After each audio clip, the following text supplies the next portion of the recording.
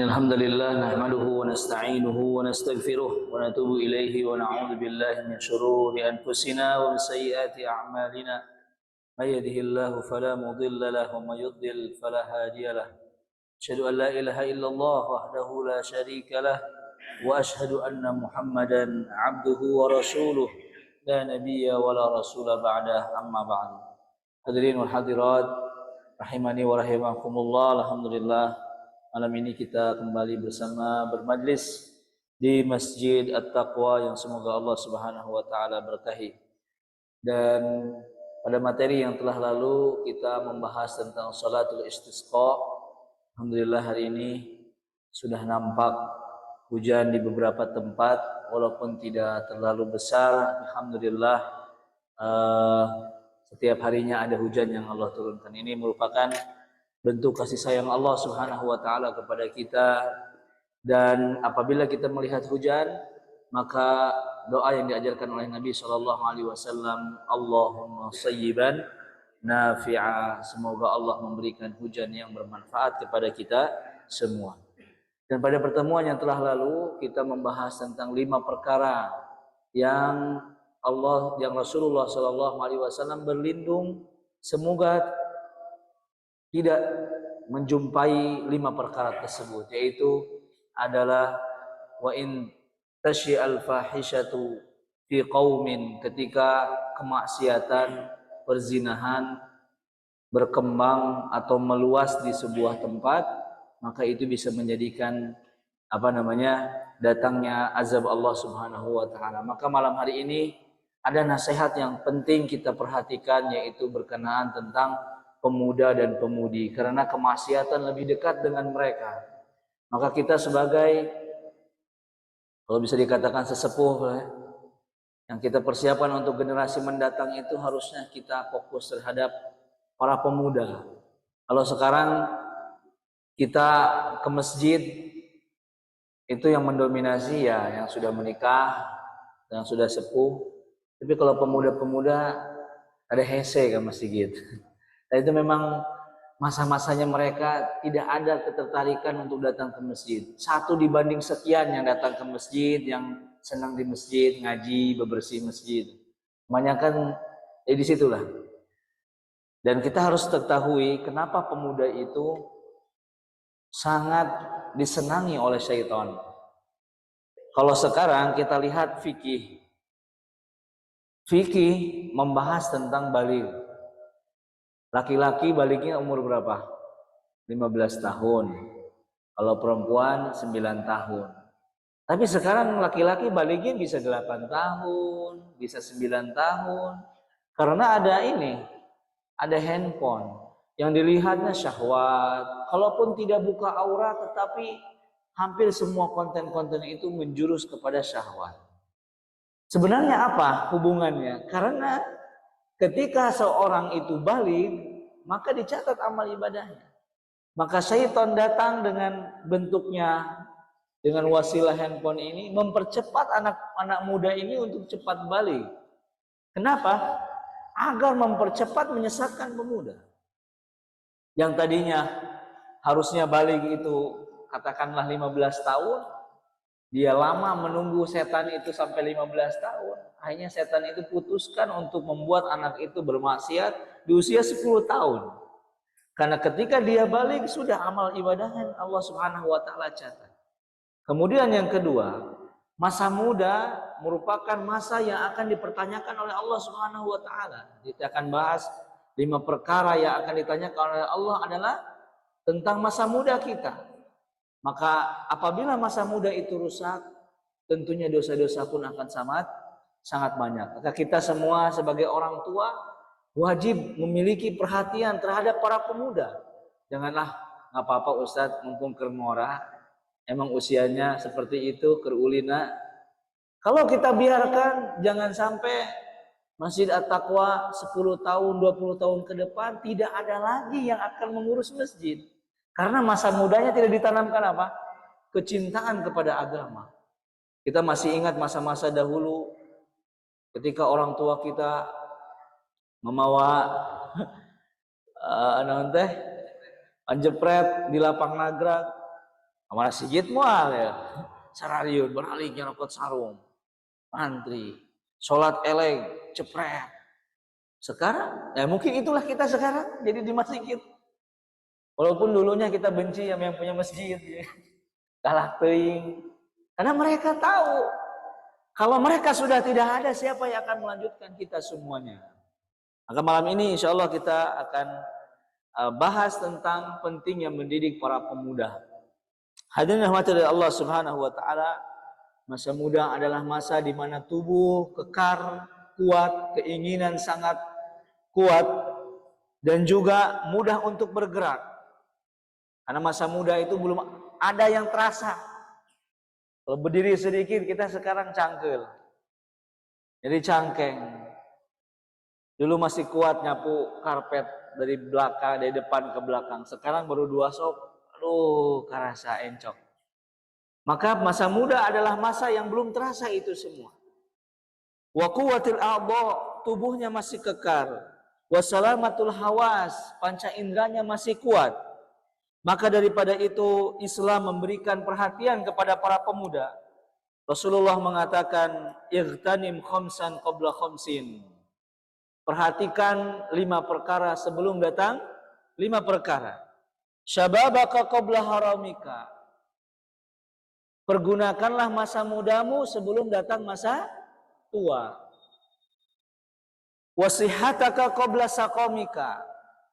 Pertahankan, jagalah kesehatanmu sebelum datang waktu sakit. Wa ghinaka qabla faqrika. Kekayaanmu saat engkau kaya sebelum datang waktu engkau miskin. Wa faragaka qabla syughlika. Dan masa luangmu kosong, santai sebelum datang masa sibuk. Wa hayataka qabla mautika. Dan hidupmu sebelum datang waktu matimu. Ini mikrofon keluar sepertinya ya. Barakallahu fiik. Jadi Rasulullah Shallallahu Alaihi Wasallam ya mewanti-wanti kita untuk memanfaatkan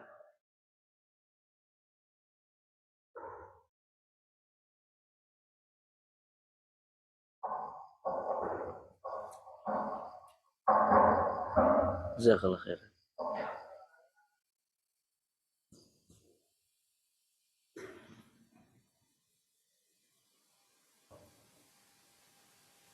Bismillah, cek. Nah, Rasulullah Shallallahu Alaihi Wasallam mengatakan, jagalah 5 perkara sebelum datang 5 perkara. Perkara yang pertama masa muda kita. Alhamdulillah, di dalam Islam itu patokan muda itu apa? Hah? Bisa jadi yang 40, 50 masih muda. Masa muda itu masa-masa kekuatan tubuh kita masih kuat. Berarti kalau sudah kerasa kita mata muda. Ya. Masa-masa 15, 16, 20, 23, 30, 35. Anak 40 deket mah udah kayak kerasa. Ya. Masa-masa itu masa semangat. Berbeda dengan udah masuk ke 40, sudah terasa. Makanya ada misteri 40 tahun. Kalau sudah 40 tahun harus sudah siap-siap. Kalaupun umur kita 63, maka ada setengah kehidupan lagi. Betul tidak? 20 tahun ke depan. Kemudian rasa sehat. Kalau sedang sehat, lakukan amal ibadah sebanyak mungkin. Karena kalau sudah satu saja penyakit yang menimpa kita, wa'iyadzubillah min dzalik, yang perlu dijaga itu stroke. Karena stroke itu memutuskan segala hal. Berangkat ke masjid, kenikmatan. Dan stroke itu nanti bisa belajar sama Pak Prof. Yang saya dapati, kaum muslimin yang terkena stroke bukan hanya terkena di badan, tetapi di mental dan pikiran. Jadi yang membuat dirinya semakin down itu apa? Ketika hilang nikmat yang biasa dia gunakan, berjalan, bergerak, hilang setengahnya, maka pikirannya itulah yang membuat dia apa? Menjadi sengsara. terbayang-bayang. Apalagi kalau sudah stroke-nya itu taruhlah misalnya sampai mati sebelah, nggak bisa bergerak. Kan ada yang stroke masih bisa berjalan walaupun terseok-seok, malu, marah, emosi, maka harus menjaga kesehatan. Selagi kita masih bisa berjalan ke masjid, berjalan ke masjid. Ya, lihat jamaah dari Masjid At-Taqwa dari sana datang ke sini. Semakin jauh semakin banyak pahalanya. Yang rumahnya di bawah jalan kaki, walaupun ada godaan sate kambing, sate ayam, martabak, ke masjid pokoknya. Tidak akan tergiur dengan apa? Dengan gerobak-gerobak. Karena dia tahu nanti kalau sudah tidak bisa berjalan di rumah, kenikmatan itu tidak ada. Yang kedua, sholat dengan ruku dan sujud sempurna. Pernah lihat, kalau saya lihat di Malaysia itu paling banyak yang sholatnya pakai ini nih, pakai bangku. Nggak tahu saya kenapa, karena mungkin pola hidup ya. Ketika saya di Malaysia, yang muda-muda juga sholatnya malah pakai kursi, Pak Prof ya. Ya di Brunei gitu. Itu kenikmatan yang Allah cabut, tidak bisa sujud. Karena mungkin ada saraf kejepit atau apa. Jadi selama kita masih bisa ruku dan sujud sempurna sampai bawah, maka perbanyaklah sujud. Maka Nabi SAW mengatakan, ya amalan yang dapat mendekatkan kamu ke surga apa?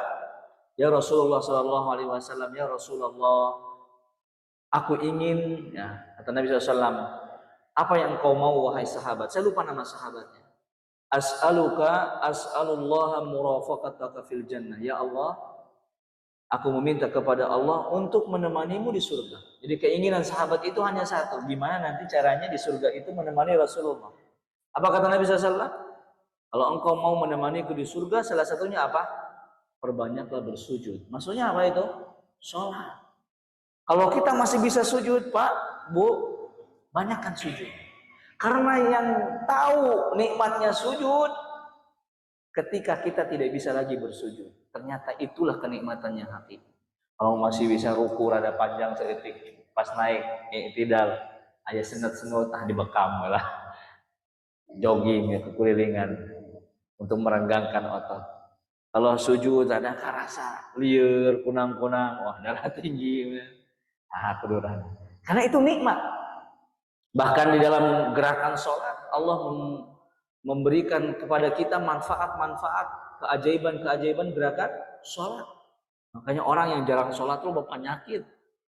Sebenarnya kalau kita sholat 5 waktu saja, insya Allah itu sudah cukup menggerakkan seluruh anggota tubuh kita. Bagaimana ketika sujud semua darah fokusnya kemana nih? Ke kepala.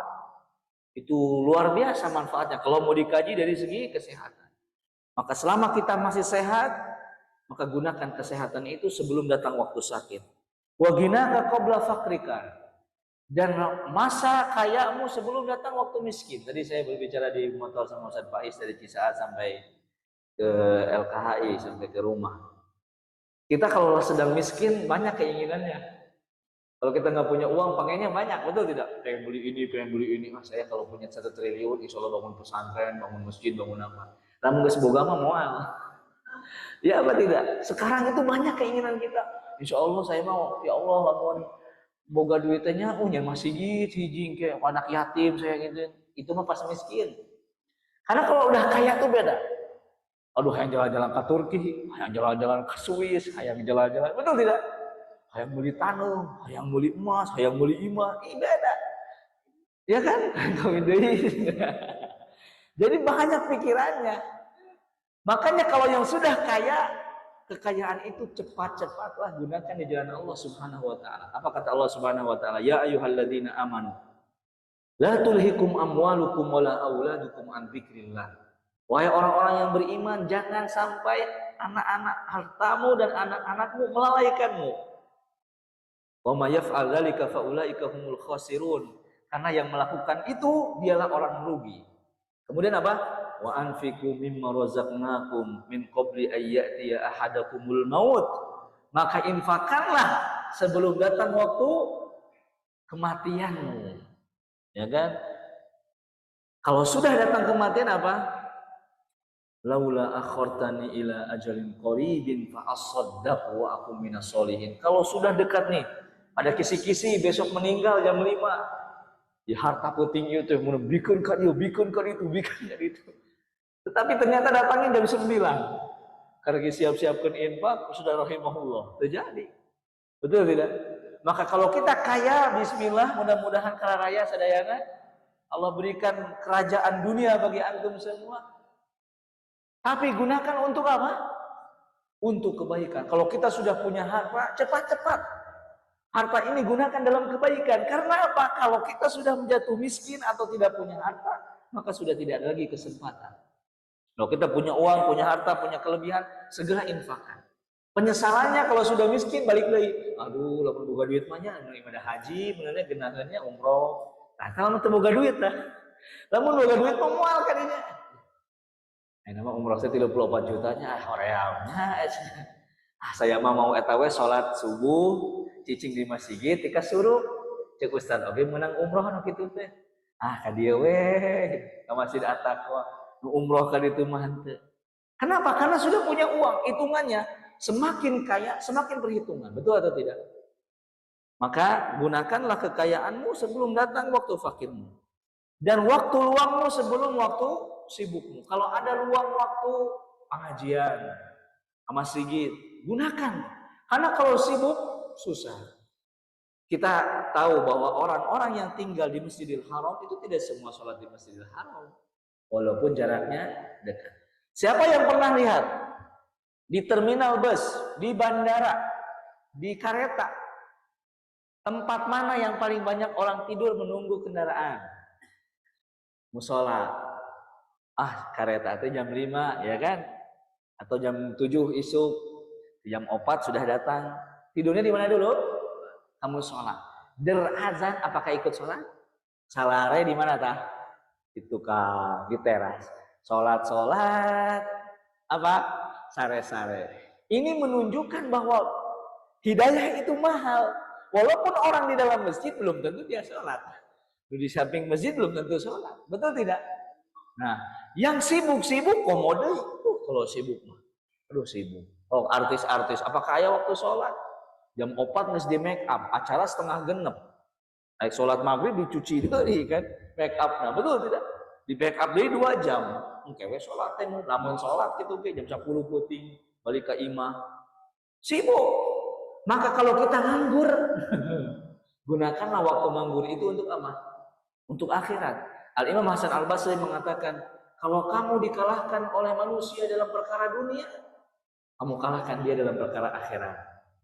Jadi cara ngecit bahasa nanti ngelehkeun batur, kemudian itu sawahna geus loba, duitna geus loba. Urang mah salat. Itu masalah salat, urang mah salat. Jadi kalahkan dia. Kalau dia berjaya di dunia, kita jaya di mana? Di akhirat. Kita pas asup teh, itu kan neraka, mangga mamam. Urang ka surga. Karena dulunya di dunia dia telalaikan.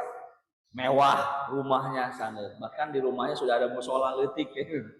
Salat sorangan dirinya dan keluarganya. Tara ka masjid. Maka daripada itu, waktu luang gunakan untuk kebaikan sebelum datang waktu sibuk kita. Wa hayataka qabla mautika, dan waktu hidup kita. Jangan minta umur panjang terlalu panjang karena menderita. Karena di usia tua akan datang penyakit haram. Tadi syababaka qabla haramika. Haram itu apa? Pikun. Makanya Rasulullah berdoa di setiap pagi dan petangnya, Allahumma inni a'udzubika minal kasali. Ya, satu apa? Wal haram. Haram itu apa? Pikun. Kalau pikun itu penyakit yang sangat menakutkan. Kita tidak tahu apa yang kita lakukan sebelum kita lakukan. Setelah kita melakukan, tiba-tiba kunaon di tengah lapang nagrak. Kunaon tiba-tiba di Cisaat. Tadi sholat apa encan? Itu penyakit yang menakutkan. Makanya Rasulullah berdoa, ya Allah jangan kau timpakan penyakit pikun. Maka 5 itu sebenarnya wahayatuka qabla mautika, hidupmu sebelum matimu sudah mencakup semua itu. Tapi Rasulullah menyebutkan 5 perkara tadi. Kemudian membahas tentang pemuda. Ibnu Mas'ud mengatakan, la tazulu qadama ibni Adam yaumal qiyamah. Pada hari kiamat nanti saat Allah memanggil Maman bin Dadang maju ke depan, orang nagrak. Di hadapan Allah ditanya. Yang pertama, an umrihi fima abna. Kalau umurnya 60 tahun, Sudah ngapain aja kamu 60 tahun di dunia? Ditanya. Wa syababihi fima ablah. Kemudian Allah menanyakan waktu syabab, waktu ngora. Zaman ngora baheula, sekaya ngomong gitu kan. Zaman ngora baheula dangdut dimanapun, saya mah. Ya Roma Irama di ditu di Cikidang, leumpang ka Cikidang yang nanya Roma Irama. Baheula keur ngora mah paribasa keur ngora, padahal waktu ngora itulah yang akan ditanya oleh Allah. Keur ngora naon wae. Walaupun mungkin tidak sedikit dari kita waktu ngoranya rada naon teh? Rada bengal karena mumpung ngora. Tuh kayak anak-anak SMA itu. Nyoba-nyoba segala obat-obatan dicoba karena nganggapnya masih waktu muda. Padahal itu yang akan ditanyakan. Allah mengkhususkan waktu muda yang akan ditanya. Wa malihi min aina iktasabah. Dan dari harta. Pagadu acis di bumi, rumah, tanah, semua akan ditanya. Walaupun hanya 1.000-2.000 perak. Itu akan ditanya. Dari mana uang itu datang? Misalnya ini di kantong saya ya. 18.000. 1.000 lah. Yang 1.000 ini akan ditanya. Dari mana dan untuk apa?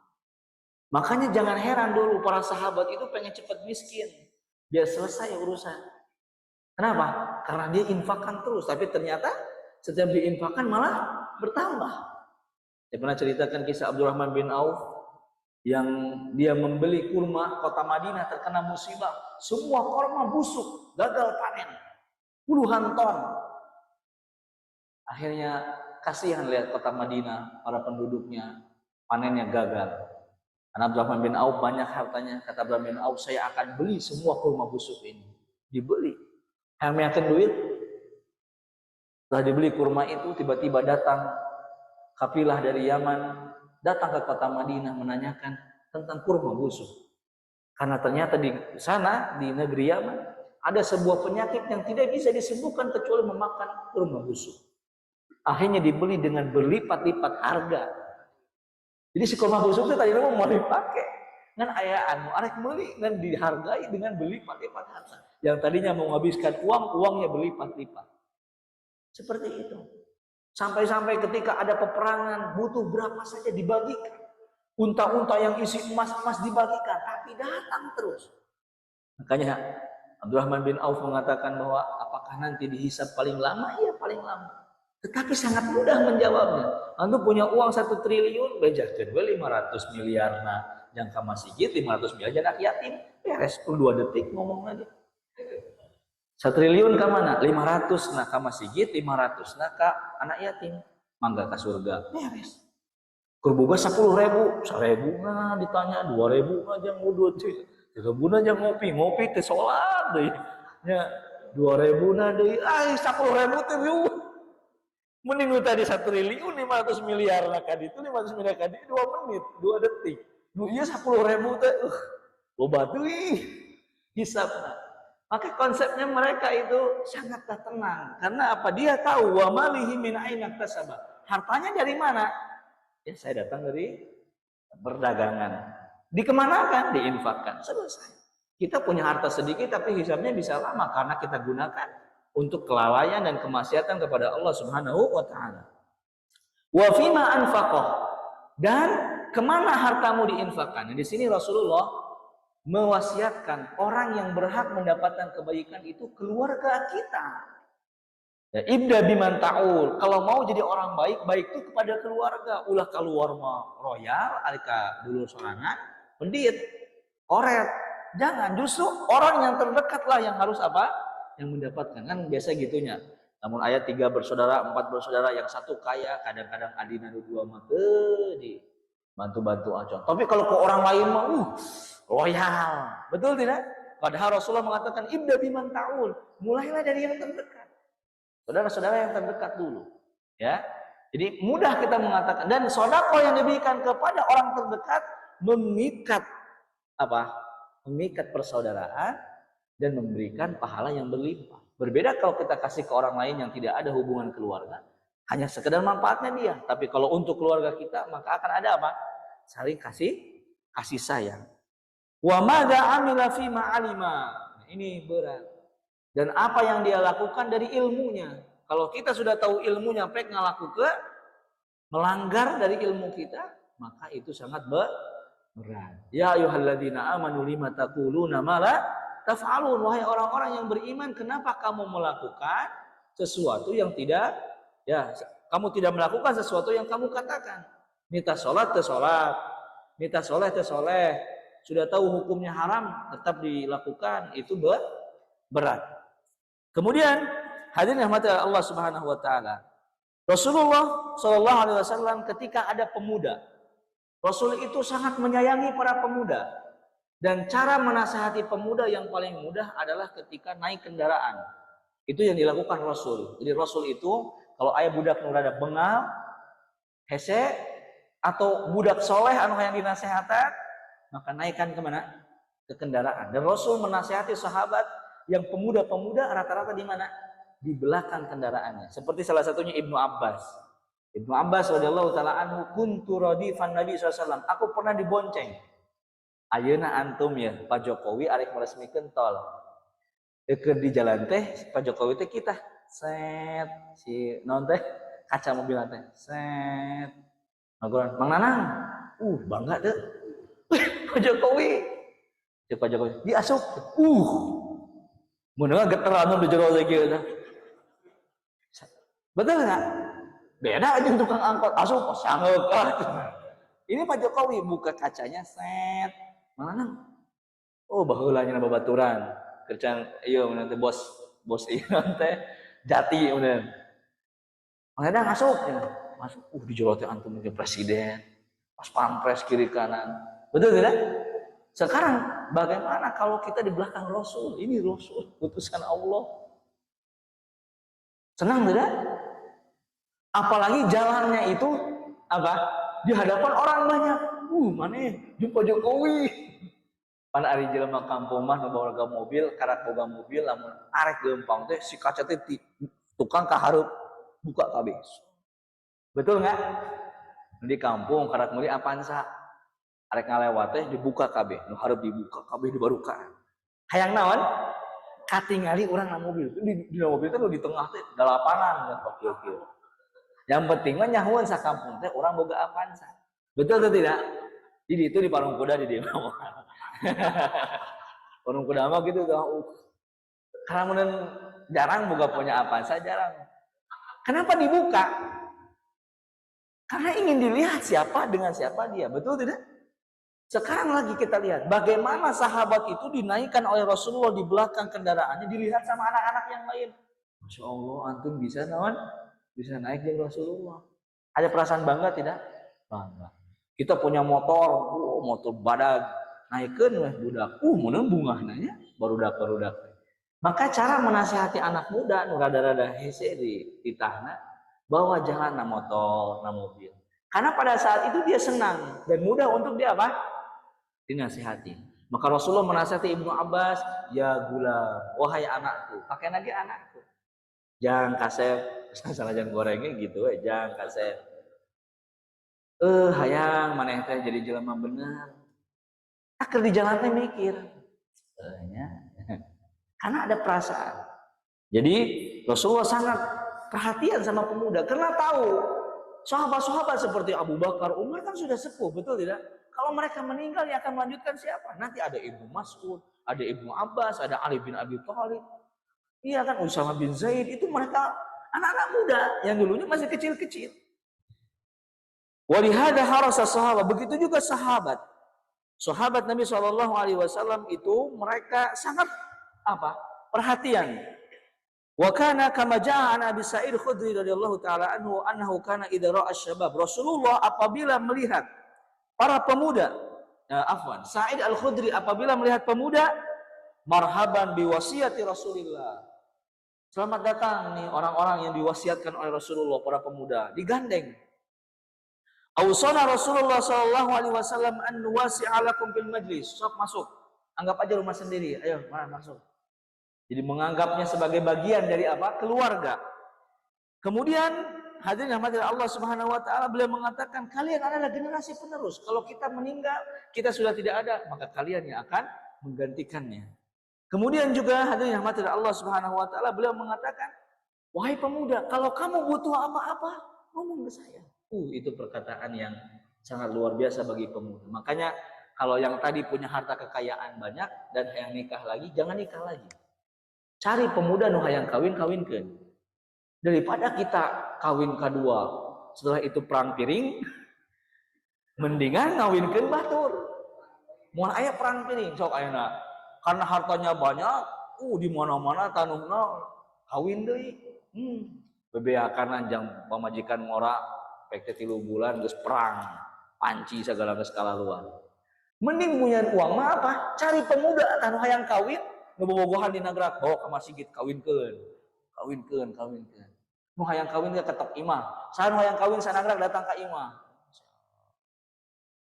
Insya Allah tidak ada perzinahan, betul tidak? Barudak babari dibawa ke mana oge bisa. Maka orang yang punya harta, kalau dia mau pahalanya itu mengalir seumur-umur. Kalau saya sekarang menikahkan, namanya misalnya Asep jeung Ica, Asep jeung Ica kawinkeun. Terus Asep jeung Ica setiap malam ibadah masuk pahalanya ke saya. Dan pahala paling panjang itu menikah karena ibadah seumur hidup, betul tidak? Setiap hari itu 24 jam, makanya apa? Barang siapa yang sudah menikah telah menyempurnakan setengah agama. Jadi agama itu setengah udah sempurna. Karena 24 jam itu ibadah. Tenang naon oke ibadah. Udah menikah. Karena menikah itu sudah saya terima nikahnya, itu udah ibadah setel. Berarti yang udah 50 tahun nanti akan dilihat tuh. Pahala ibadah 50 tahun dari pernikahan. Maka kalau saya menikahkan Asep sama Ica, menikah. Boga budak, boga incu, pahalanya ke siapa? Ke saya, karena saya yang menikahkan Acep sama Ica. Jadi para pemuda butuh apa ngomong. Itulah yang mereka inginkan. Kalau kalian punya permasalahan, tanyakan kepada saya. Jadi perlu apa? Perlu didekati. Idza ra'a syabab yatlubuna ilma, apalagi kalau pengajian.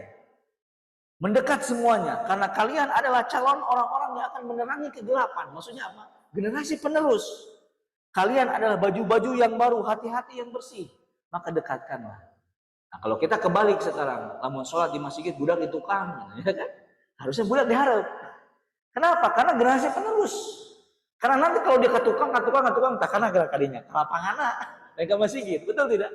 Kita sering mengatakan, pemuda mah di belakang aja, di sini untuk orang tua. Iya, semakin belakang kita semakin tidak tahu di mana mereka berada. Hari ini, maghrib ini, isya ini, kamarana barudak. Belah dinya, belah ditu, belah ditu. Di masjid yang nukolot. Ke masjid yang nukolot. Karena dulu pernah dikatakan bahwa masjid itu depannya buat siapa? Yang tua. Mungkin itulah yang kita wariskan kepada mereka. Tapi bandel-bandel na pemuda geus kawin masuk pada mikir. Betul tidak? Kadang-kadang di usia 15, 16, 18, 20 kawin we.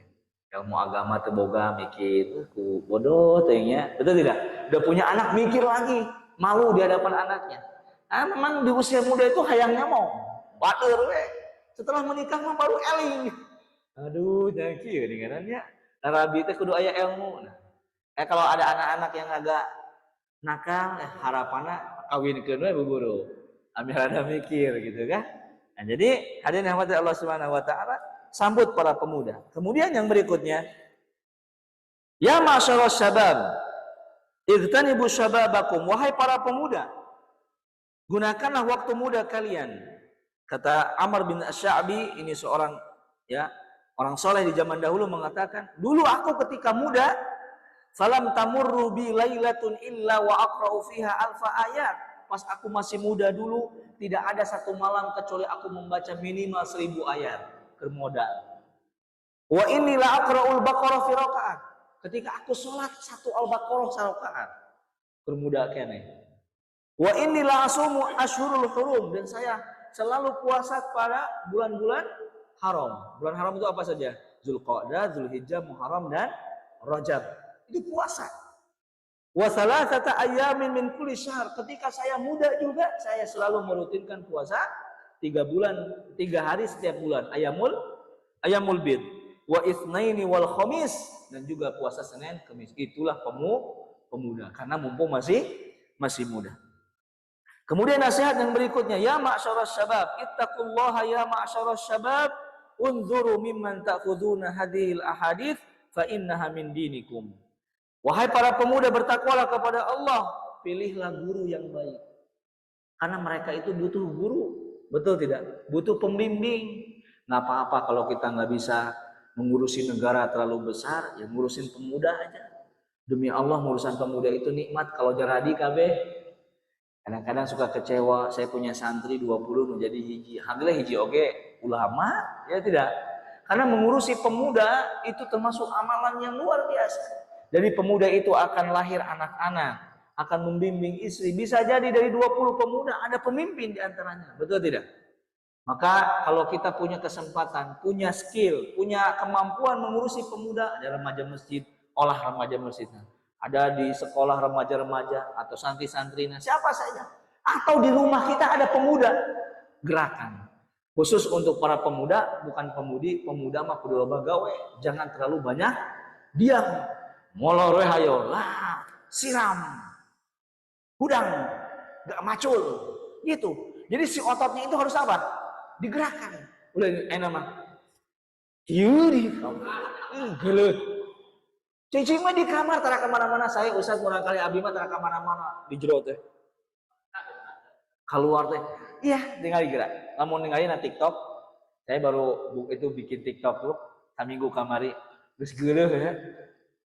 Hampir jero teh kalau dilihatnya di kolom eta teh.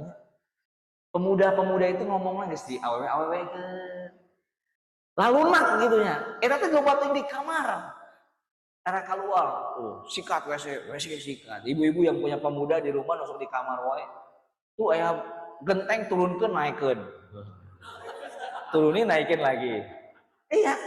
Pel kabeh. Ya isuk-isuk teh kemai wae. Ustaz eta nonton bagus jangotan kemai pokoknya mah. Karena kalau didiamkan, yang harus diam itu perempuan. Kata Rasulullah SAW apa? Kata Allah Subhanahu wa taala, "Waqarna fi buyutikunna." Untuk perempuan mah diam, jangan kebalik. Perempuan sekarang sok pabrik-pabrik menerima siapa? Perempuan banyaknya, harusnya laki-laki. Perempuan diam di rumah, biar lembut. Nah, nanti kalau awewe ngangkat ranking gitu kan. Yo macul, awewe jangan duit. Padahal mah kebalik. Awewe mah main mojeng, diam di rumah. Karena laki-lakinya apa? Lembek. Maka pemuda-pemuda yang diam di rumah terus suruh keluar. Ulin tuh maneh teh kadi itu sigit naon. Geus kikieunan, make baju geus sakieu. Aduh. Wayahna eta mah kudu diruqyah. Bawa ke Masjid At-Taqwa ruqyah barang. Al-Fatihah we 20 balikan. Karena kalau sudah seperti itu hese, karena takutnya nanti dia tidak bukan lagi menjadi pemuda Islam. Ya, karena sekarang musuh-musuh Islam sudah masuk kemana-mana. Ini alat yang masuknya. Musuh itu lewat sini. Dianya ada di mana, dia. Ini sudah terbukti sekarang. Generasi kita generasi yang sangat rapuh. Maka daripada itu, pilihlah guru yang baik. Jadi guru, rangkul. Jangan sampai mereka tersesat mengambil guru-guru yang salah. Kenapa banyak laki-laki berubah jadi bencong? Karena di dalam TV, media, orang bencong sudah diberikan apa? Diberikan martabat. Oh, dengan jadi bencong, dia kaya, jadilah dia bencong. Karena ada role model. Kalau tidak ada role modelnya, bencong itu, kalau dulu kan jadi bencong, nauzubillah, aib bisa, betul tidak? Kalau sekarang kan malah bangga orang. Tato, dulu orang pakai tato mikirnya, yang tato hiji, nama tato itu di dia. Kenapa? Karena tren. Ayo semboyan, tato bukan kriminal. Iya, tetapi ingat Rasulullah melaknat orang yang mentato dan yang ditato. Tapi sekarang anak-anak kita, anak SMP, SMA sudah berani menulis tato di sini. Walaupun kecil-kecil gitu ya, nggak seperti SpongeBob, videonya Doraemon, galade tatona, merak, naga. Tapi kecil di sini nulis kabogohna, tanggal lahir, itu sudah diharamkan. Tapi anak-anak kita sekarang, waliyadzubillah banyak yang melakukan seperti itu. Kemudian, ya ma'syaras syabab, ya, wahai para pemuda, apa? Menikahlah. Wahai para pemuda, menikahlah.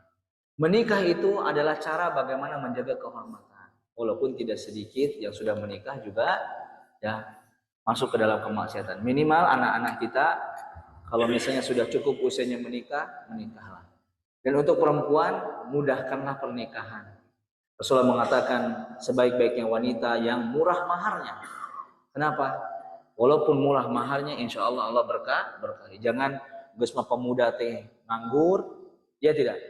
hese gawe, tidak punya uang, tidak punya apa-apa, hayang kawin hese. Kenapa? Karena maharnya terlalu besar. Maka memudahkanlah pernikahan dan jangan sampai nih untuk para perempuan lah, jeung lelaki. Jangan sampai begini, pernikahan itu tidak mesti mewah. Sekarang mah budget untuk menikah itu besarnya ketika acara pernikahan dan sebelum pernikahan. Prewedding. Prewedding itu tidak boleh. Dan can halal tadi prewedding. Prewedding sebelum menikah. Kawin heula karena prewedding. Setelah menikah arek foto dina tanggal kalapa, gulantong dina tanggal pisang, bodoh teuing. Udah menikah. Betul tidak? Ieu mah can menikah. Yo pelukan, yuk. Padahal mah belum saya terima nikahnya, belum halal. Belum menikah tapi di kartu undangan sudah berdekatan. Betul apa tidak? Budgetna uang yang keluar untuk prewedding 6 juta, 5 juta, betul tidak? Kemarin mah 50 triliun lain, 50 miliar, nu kabeuleuh-beuleuh jeung gunung-gunungna teh ya. Dendana berapa miliar eta mah. Can kawin gunung geus kabeuleuh, ganti gunung. Eta menyelisihi Islam. Prewedding 6 juta, komo lamun hayang naik ka gunung, lamun kieu-kieu, wah hese. Kawinna we, hayang kawinna mewah di gedung segala macam. Saya pernah mendapatkan tahun 2017 ketika saya tinggal di Padang. Datang orang ke rumah minjem uang. Kenapa? Karena belum bayar tenda pernikahan. Udah beres nikahnya, ngan tenda can dibayar. Cek saya kumaha itu konsep katanya. Lamun datang ke imah arek minjem buat tenda mah masih can kawin ya jang tenda mah meureun can aya. Ieu mah nikah udah beres pinjem ke rumah, minjem uang buat tenda, tapi udah nikah. Berarti kamari apa? Nganyuk tenda, can kabayar. Jadi hayang tenda, kan tenda itu mahal, betul tidak? Bagi tendanya dirucup segala macam, jangan tenda hungkul geus 6 juta, can hareupna, can cateringna. Beres kawin, utang di mana-mana. Betul tidak? Mending mudahkan, sederhanakan nikah, aya duit 80 juta, kawin we 3 juta. Mas kawin salah cepit teu naon. Ada hadis hasan li ghairihi. Ada seorang wanita dari Bani Fazzar, tunkahu bina'lain, seorang wanita yang dinikahi dengan mas kawin sendal jepit. Rasulullah datang kepada wanita ini, araditi, apakah engkau wahai perempuan ridho ketika kehormatanmu, pernikahanmu dihargai dengan sendal jepit? Kata dia apa? Iya saya ridho. Maka beliau mensahkan pernikahan tersebut. Boga duit 80 juta, 2 juta, 3 juta jangan kawin. Dan saya berikan nasihat nikahlah pada bulan Ramadan. Dan waktu maghrib, pahala memberikan orang berbuka puasa, mual aya drama rendang can datang karena para ruasa. Peutingna weh ibadah beres. Ngan ulah sampai sahur poho kabelah itu kayak jadi kafarot. Betul apa tidak? Nikah di bulan Ramadan 3 jutaan. Saya sabaraha juta dari 80 juta? 77 juta, 77 juta geus beres kawin. Ini ke mana-mana, arek umrah duaan, arek ke hotel sapoe-sapoe ting 10 peuting heug bae. Makan sana makan sini. Bahagia yang mana?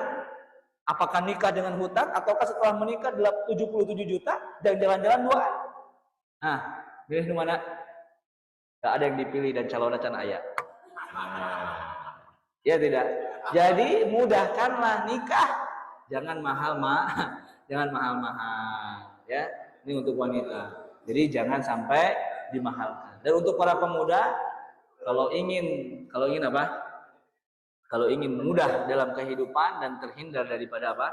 Daripada fitnah, maka menikahlah, karena insya Allah dengan menikah akan datang sesuatu pikiran jadi terbuka. Kemudian kalau yang belum, maka berdoa kepada Allah. Qala ya Rabbi la tazarni farda wa anta arhamur rahimin. Ya Allah, jangan jadikan aku jomblo karena Engkau adalah Maha Mengasihi. Ya, jadi insya Allah akan ada dia datang. Ima antum meminang atau antum yang dipinang oleh wanita tersebut.